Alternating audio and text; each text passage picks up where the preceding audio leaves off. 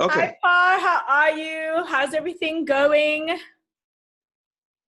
I'm great, thank you. Ghana is fine. Ghana is open for business, so at least we've seen the work coming through. That's really great news. Thanks for joining me today. I know our listeners are waiting with anticipation just to hear any updates with regards to immigration in Ghana. So, as our trusted partner on the ground there, we want to hear everything that's been going on in the last few months. I know since we last talked, there's probably been some changes or updates or anything pertaining to immigration and to the country in general. Like, how are things going on the side of Ghana? Thank you, Len. Basically, I think the last time we spoke, it was before September 1st. So just to update, on September 1st, our airport opened for international travel. So, things started moving from then. Um, Specifically, once the airports opened, it took a little bit of time for the embassies abroad to open. So we noticed that there was quite a lot of people who couldn't get visas from embassies abroad. So basically, what they did was we needed to more or less utilize the avenue of the pre-approved visa on arrival, which was patronized, let's say, in the first 2-3 weeks. Finally, I can confirm that quite a lot of the embassies are open now, Nice. with the exception of a few who have in-country COVID challenges that prevent them from opening. I see. But with the complementary service of the visa on arrival, people are able to come in and conduct their business activity. So I must say that in September, there was a bit of a rush basically for those who were probably waiting for the airports to open and wanted to come in. In terms of measures put in place, I remember the last update also, we had given some expectations in terms of what would happen at the airports. Yes. So currently it's confirmed that mandatory COVID testing at the airport is to be done. So in actual fact, 2 tests are required. One 72 hours prior to travel, and the mandatory one on arrival at the airport. It costs $150, and payments must be made prior to travel. In actual fact, the airlines would actually request for an acknowledgement of the payment before Really? allowing. And this is Yes, at the before allowing. expense of the applicant, correct? Yes, and this is at the expense of the applicant. Mm. Once that is done and you arrive, you go through the process smoothly. I think that there's a background to why the payment was insisted prior to travel. Yes. Reason is that because a lot of people coming in and indicating that they don't have that kind of money on them to pay for the even though they were notified in advance. So basically, the obligation was now shifted to the airline to make sure that those that are coming in have actually made the payment online so that the process goes on smoothly in the airport. Yes.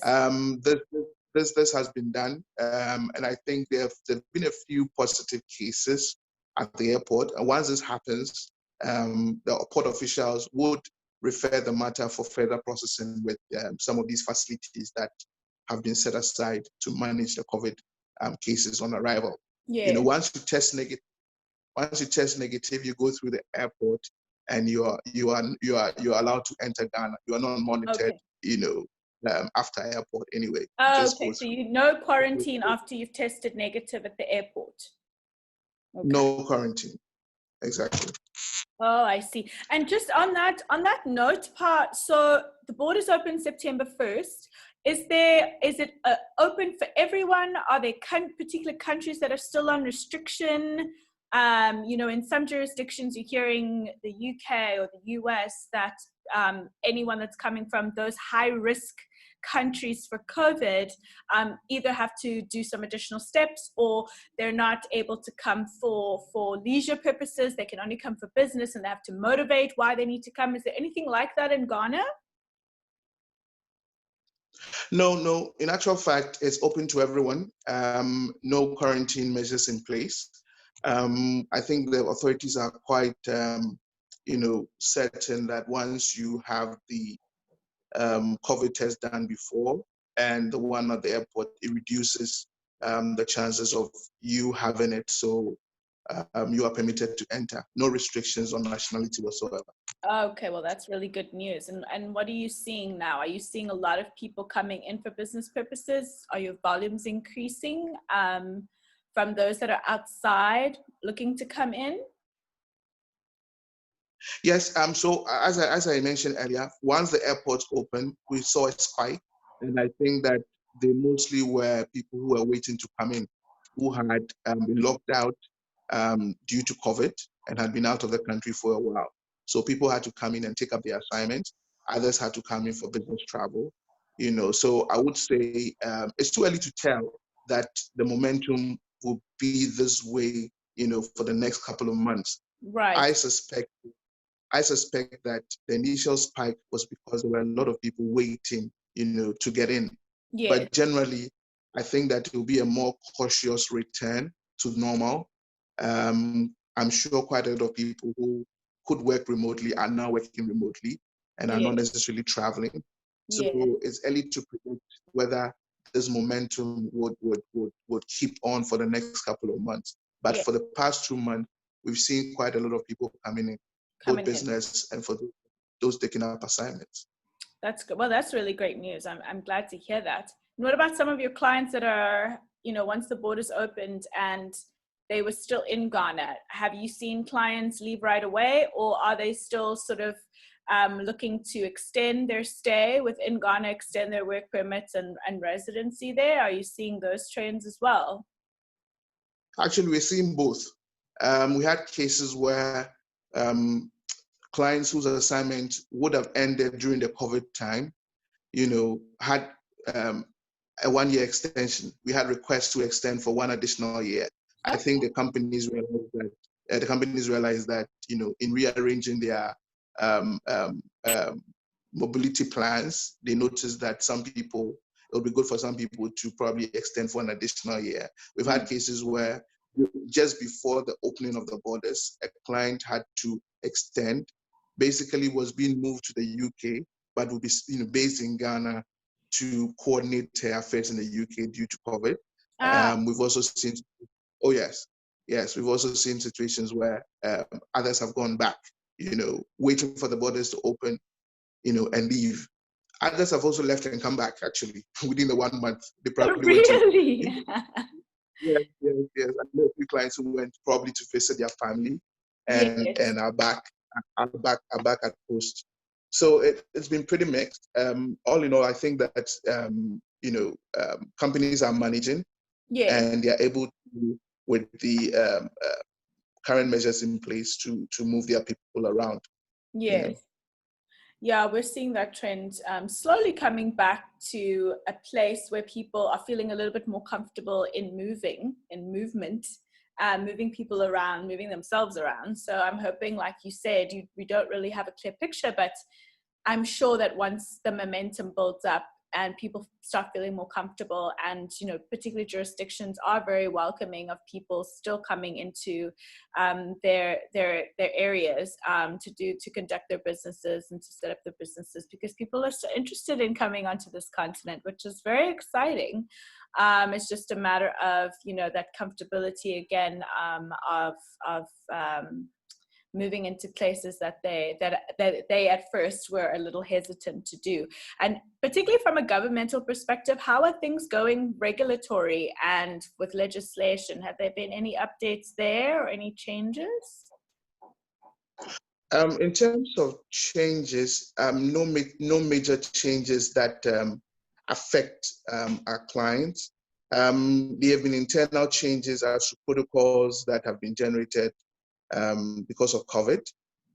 Previously, we would have visited in person to most of these regulatory agencies, but you notice that some of these agencies have put protocols in place where there are days for submission, procedures to submit, in order to limit the interactions that they have with clients. We're still running a manual system, in terms of most of the applications that we file.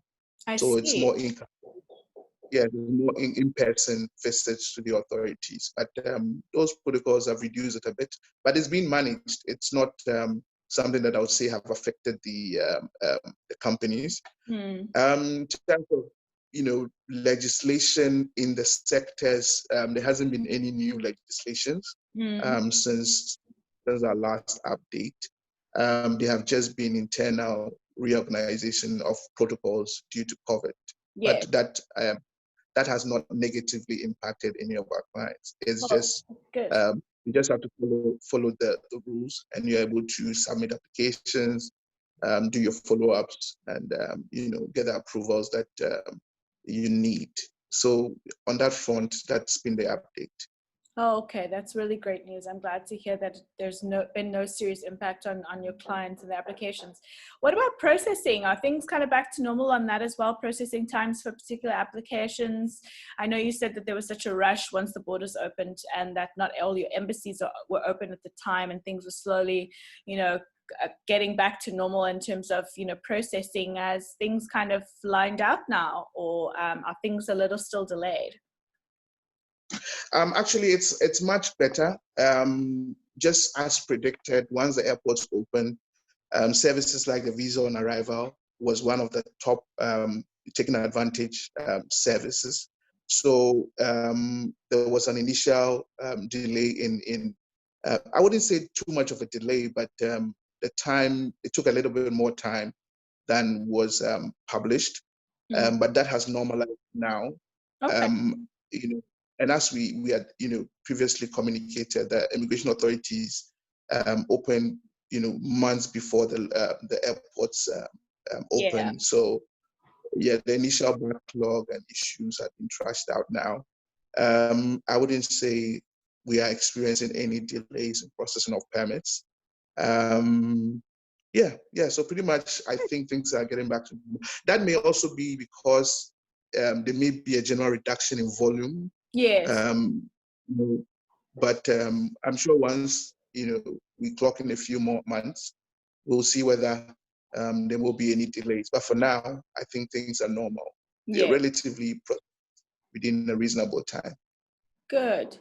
That's really great news. And as we wrap up here, Pa, is there anything else that you would suggest to clients or to prospective people who are looking to still, come in? Any tips that you'd like to give them? Yeah. So first of all, I mean, the first thing would definitely be to always plan. Plan ahead. In these times, it'll be good for you to know exactly who you are sending and whether the person, essentially has to be in country. Once that hurdle is cleared, make sure your applications are put in well ahead of time.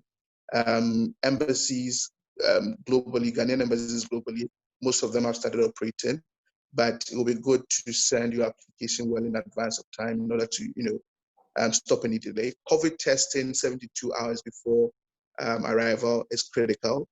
For now, if you exceed or you're short of the 72 hours, what I understand is that you may not be permitted to enter the country. Yeah. So those are things that needs to be managed properly. And with respect to work permit applications are to be filed prior to their arrival. So this is the best time for them to put in the applications if their assignees are coming in first quarter of 2020. So that once they come in, the in-country steps to get their residence permits will be done as quickly as possible so that they are compliant. We're looking at a situation where these regulators will start beefing up their regulatory function of monitoring as well. COVID obviously tested quite a lot of companies in terms of some laying of staff and others. So once that the airports are open and things are regularized, we expect the regulatory authorities, especially in the petroleum sector, to be keen to pick up, their issues of localization and local content vis-a-vis renewable work permits. I don't think they will lose sight of it. So this is something that the companies should take note. And overall, just remain compliant. Fortunately, we have not been too hit by a lot of delays. So things can be done in a manner that will, pose very, very little risk to the companies if they go according. the directives that have been put in place. Absolutely, absolutely. Well, thank you so much for joining us today, Pa. It's always such a pleasure to chat with you and to hear what's going on in Ghana. And you look well, and I'm happy to see that things are opening now and people are moving in. So it's giving us a lot of optimism for other jurisdictions as well as to everyone else as we move forward. So if any of our listeners need more information, please feel free to reach out to me at Relocation Africa, and we will be able to help you accordingly for any assistance in Ghana. So thank you so much, Pa, again, and I hope you have a good rest of the day. Thank you, Len. It's always a pleasure to chat. Speak soon. Okay, take care. Have a great day. Thanks. Take Bye-bye. care.